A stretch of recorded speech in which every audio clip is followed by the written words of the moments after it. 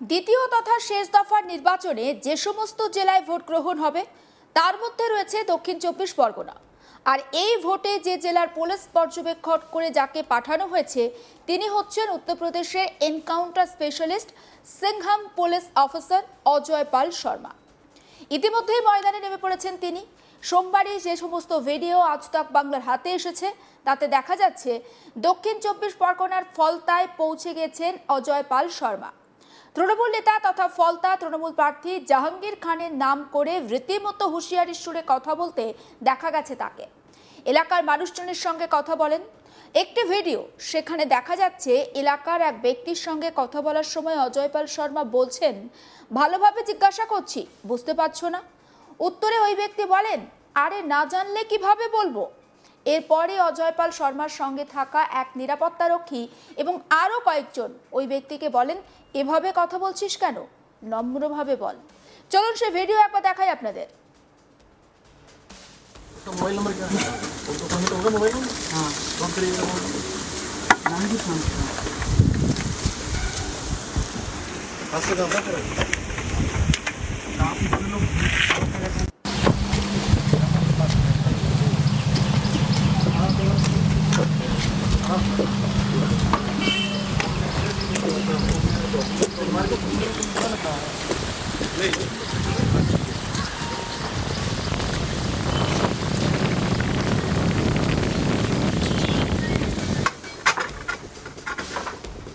দেখলেন তো কি মুডে রয়েছেন অজয় পাল শর্মা।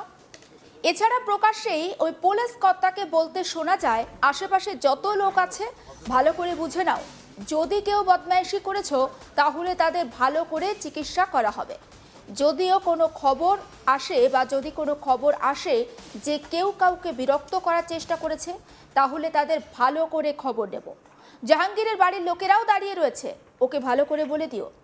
বারবার যে খবর সামনে আসছে যে ওর লোকজন ধমকাচ্ছে, খুব ভালো করে খবর নেব, তখন পরে কান্নাকাটি করো না, স্বস্তি পাবে না।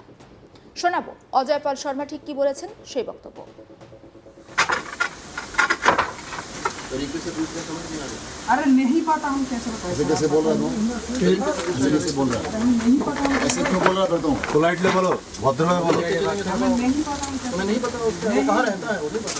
यहाँ रहता है। उसका मोबाइल नंबर क्या है? वो तो कहीं तो होगा मोबाइल नंबर। हाँ, कौन करिएगा मोबाइल नंबर? नाम भी खान हाथ से काम ना करें। आप बोले लोग तरीके से पूछना समझ नहीं आ रहा। अरे नहीं पता हम कैसे बताएं। ऐसे कैसे बोल रहा हूँ? ऐसे कैसे बोल रहा है? हमें नहीं पता हम ऐसे क्यों बोल रहा करता हूँ? पोलाइटली बोलो, भद्र में बोलो। हमें नहीं पता हम कैसे। तुम्हें नहीं पता उसका वो कहाँ रहता है? वो नहीं पता। यहाँ रहता है। उसका मोबाइल नंबर क्या है? वो तो कहीं तो होगा मोबाइल। শুনলেন তো অজয় পাল শর্মার বক্তব্য। এক্ষেত্রে অনেকেই প্রশ্ন তুলছেন, জাহাঙ্গীর এবং তার সাঙ্গপাঙ্গর বিরুদ্ধে আরও কোনো অভিযোগ পেলে কি এবার সত্যিই বড় কোনো পদক্ষেপ করবেন অজয় পাল শর্মা? এদিকে এরই মাঝে একটি সভায় বক্তব্য রাখার সময় জাহাঙ্গীর খান বলেন, ওরা অনেক খেলা দেখাচ্ছে, খেলা ওরা শুরু করেছে, শেষটা কিন্তু আমরা করব। একবার শুনুন তৃণমূল প্রার্থী জাহাঙ্গীর খানের বক্তব্য। আজকের ওরা অনেক খেলা দেখাচ্ছে, তা খেলা তো ওরা শুরু করেছে, শেষটা কিন্তু আমরা করব। খেলা তো ওরা শুরু করেছে কিন্তু শেষটা আমরা করব। তাই পিকচার আবি বাকি মেরা দোস্ত, পিকচার এখনো বাকি আছে, সময় শুরু হয়েছে। তোমরা ভাবছো নিজেকে কয়েকটা সিআরপিএফ নিয়ে বড় বড় বাতালা দিচ্ছ, কিন্তু আজকের বঙ্গনগর ১ নম্বর অঞ্চলে মানুষ যদি হেঁটে যায় না, সিআরপিএফ হাওয়ায় উড়ে যায়। তাই সেই বিজেপি দালাল সিআরপিএফকে বলতে চাই, ক্ষমতা আছে বঙ্গনগর ১ নম্বর অঞ্চলে মানুষের জনসমুদ্র, জনস্রোত দেখে যাক। আমার একটা মায়েরা হলো দুর্গা, দুর্গা রূপে কিভাবে অসুরকে বধ করতে হয় তারা জানে, একইভাবে বিজেপি দালাল সিআরপিকে কিভাবে জব্দ করতে হয়, কিভাবে টাইপ করতে হয় সেটা ভালোভাবে জানে। তাই মায়েরা যখন সঙ্গে আছে, আমার বিশ্বাস ওদের এই ধমকানো চমকানো আমরা মেনে নেব না। এদিকে একটি সংবাদ মাধ্যমের পুরনো প্রতিবেদন তুলে ধরে অজয় পাল শর্মার বিরুদ্ধে দুর্নীতি আর মহিলার বিশ্বাস অর্জন করে তার সঙ্গে চিটিংবাজি করার অভিযোগ রয়েছে বলে দাবি করেছে তৃণমূল কংগ্রেস। একবার শোনাবো রিজু দত্ত তৃণমূল নেতা ঠিক কি বলছেন সেই বক্তব্য। অজয় পাল শর্মা কে? অজয় পাল শর্মা হচ্ছে সেই ব্যক্তি যাকে নির্বাচন কমিশন ডায়মন্ড হারবারের পুলিশ অবজারভার বানিয়ে এনেছে। এই অজয় পাল শর্মা ডায়মন্ড হারবারের নিরীহ মানুষদের ধমকাচ্ছে, চমকাচ্ছে, রাতের অন্ধকারে মানুষের বাড়িতে রেড করছে, রাতের অন্ধকারে সার্চিং এর নাম করে বাড়িতে ঢুকে মহিলাদের সাথে অশ্লীল ব্যবহার করছে, মহিলাদের গায়ে হাত দিচ্ছে। কিন্তু এই অজয় পাল শর্মা একটা রঙিন চরিত্র। কারণ 2000 এই আর্টিকেলটা আরেকবার দেখাই আমি আপনাদের। এই অজয় পাল শর্মা মার্চ 2020-তে দুটো ইনভেস্টিগেশনের কেন্দ্রবিন্দু ছিল। দুটো ইনভেস্টিগেশনের কেন্দ্রবিন্দু, যেখানে প্রথম ইনভেস্টিগেশনটা ছিল দুর্নীতির, দ্বিতীয় ইনভেস্টিগেশনটা ছিল ক্রিমিনাল ব্রিচ অফ ট্রাস্ট, মানে একজন মহিলার বিশ্বাস অর্জন করে তার সাথে চিটিংবাজি করা, তার সাথে ফেরেববাজি করা। প্রথম ইনভেস্টিগেশনে অজয় পাল শর্মাকে ট্রান্সফার করা হয়, যেখানে প্রমাণ ছিল যে অজয় পাল শর্মা একটা সিন্ডিকেট করে পয়সা নিত বিভিন্ন অফিসারদের থেকে তাদের পোস্টিং দেওয়ার জন্য। আর দ্বিতীয় ইনভেস্টিগেশন আরো মারাত্মক। একজন 30 বছর বয়সী একজন মহিলা, তিনি অভিযোগ করেছিলেন যে অজয় পাল শর্মা আমার সাথে গাজিয়াবাদে বিয়ে করে এবং তারপর তার বহু মহিলার সাথে সম্পর্ক ছিল।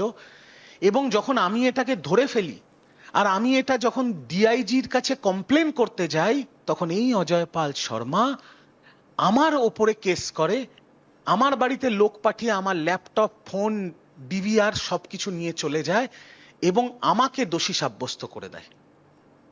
ভাবতে পারছেন কি ধরনের ব্যক্তি এই অজয় পাল শর্মা, যে ডায়মন্ড হারবারের পুলিশ অবজারভার।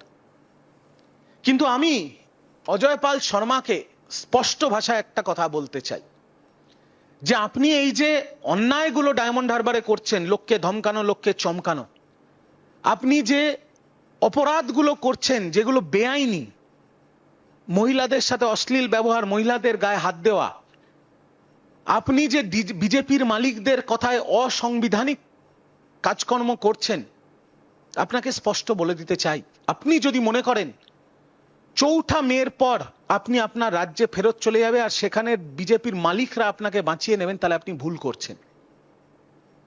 আমাদের নজর আছে আপনার ওপরে, আপনি পালিয়ে বাঁচতে পারবেন না।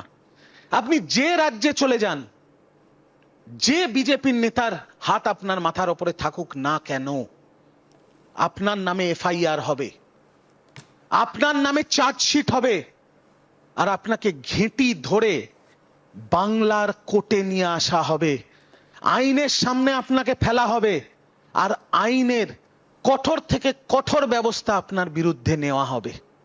এটা আমি স্পষ্টভাবে অজয় পাল শর্মাকে বলে দিতে চাই। সমস্ত আপডেট পৌঁছে দেবো আপনাদের কাছে, নজর রাখুন আজ তাক বাংলায়, সাবস্ক্রাইব করতে ভুলবেন না।